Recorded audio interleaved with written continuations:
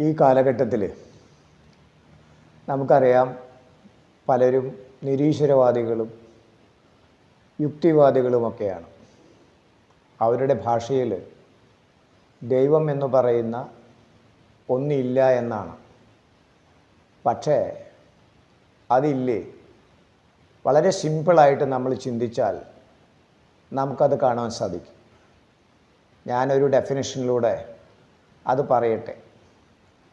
ഇഷ്ടമുണ്ടെങ്കിൽ അത് സ്വീകരിക്കൂ, അല്ലെങ്കിൽ അത് തിരസ്കരിക്കും.